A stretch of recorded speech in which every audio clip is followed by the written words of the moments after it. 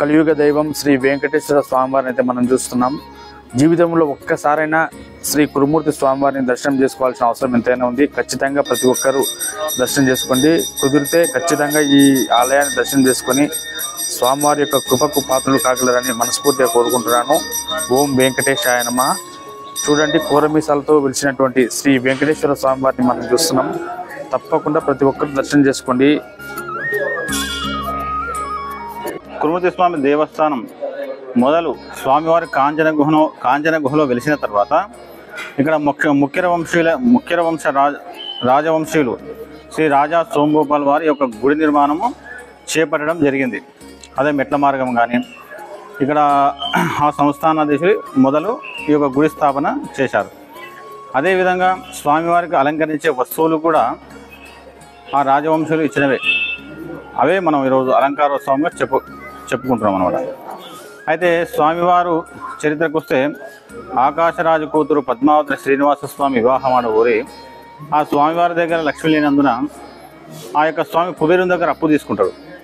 అప్పు తీసుకొని 1,16,00,000 అప్పు తీసుకొని సంవత్సరం చొప్పున 1,00,000 వడ్డీ చెల్లిస్తానని ఒప్పుకుంటాడు. ఎవరి కుబేరుని దగ్గర ఒప్పుకున్న విధంగా సంవత్సరం తర్వాత అయితే స్వామివారు అక్కడ ఆనందగిరి అంటే నేటి తిరుమలనే ఆనందగిరి, ఆ యొక్క ఆనందగిరిలో పద్మావతి సమేతంగా స్వామివారు అక్కడ ఉంటారన్నమాట.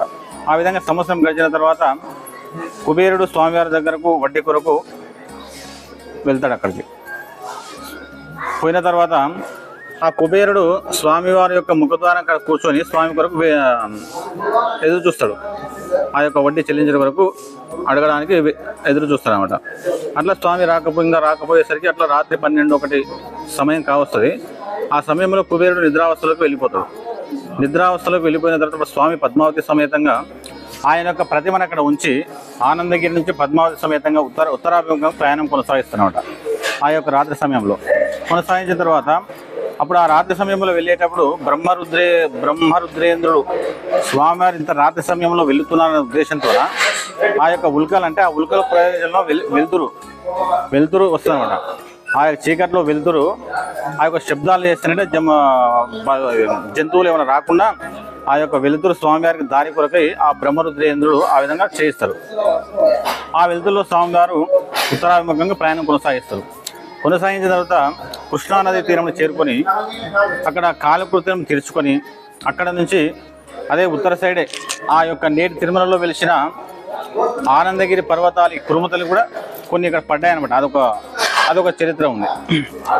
అయితే ఈ యొక్క గుట్టల వైపు చూసి ఇక్కడ ప్రశాంతంగా ఉన్న ఉద్దేశంతో ఇక్కడ బయలుదేరుతారు. పద్మావతి సమేతంగా ఆ యొక్క కృష్ణానది నుంచి బయలుదేరినప్పుడు ఆ యొక్క రాత్రి సమయంలో స్వామి ఇంత రాత్రి వేళ ఎట్లా పోతారు ఈ అడవిలో అని చెప్పేసి ఆ కృష్ణవేణమ ప్రత్యక్షమై స్వామివారికి పాదుకలను సమర్పిస్తుంది. పాదుకలను సమర్పించిన తర్వాత ఆ పాదుకలు వేసుకొని కొంచెం దూరం ప్రయాణం కొనసాగించిన తర్వాత అక్కడ స్వామికి అలసట వచ్చి కూర్చుంటారు ఒక చెట్టు కింద. కూర్చున్న తర్వాత ఇక్కడ నుంచి ఇంకా కొంచెం దూరం ఉంది ఎట్లా వెళ్ళాలని ఆలోచన చేసి తన యొక్క వాహనం గరుత్మంతుని ఆవాహనం చేసుకుంటారు. ఆ యొక్క వాహనం పైన గరుత్మంతుడు పద్మావతి సమేతంగా ఇద్దరు ఈ యొక్క కొండలకు వస్తారన్నమాట. వచ్చి ఆ యొక్క పాదుకలను కింద ఉంచి కొంచెం గుట్టపైకి వచ్చి ఒక కాంచన గుహను వెలుస్తారు. ఇక్కడనే వెలిసి ఇక్కడి నుంచి కూడా భక్తులకు స్వామి దర్శనమిస్తూ ఆ యొక్క కానుకలను వడ్డీ రూపంలో ఇక్కడ నుంచి కుబేరునికి చెల్లిస్తారన్నమాట. ఆ రకంగా ఇక్కడ స్థిరపడ్డాడు స్వామి. ఆ యొక్క స్వామి ఇక్కడ స్థిరపడి అట్లే కుబేరునికి వడ్డీ రూపంలో ఇక్కడ నుంచి కూడా చెల్లిస్తున్నారు అన్నమాట. అదేవిధంగా ఈ యొక్క బ్రహ్మోత్సవాలకు మన పాలక మండలి కానీ ప్రభుత్వం తరఫున కానీ ఈఓ గారు కానీ చైర్మన్ గారు కానీ భక్తులకు ఎలాంటి అసౌకర్యాలు కలగకుండా అన్ని పనుల్లో నిమగ్నమై ఉన్నారు వాళ్ళు కూడా.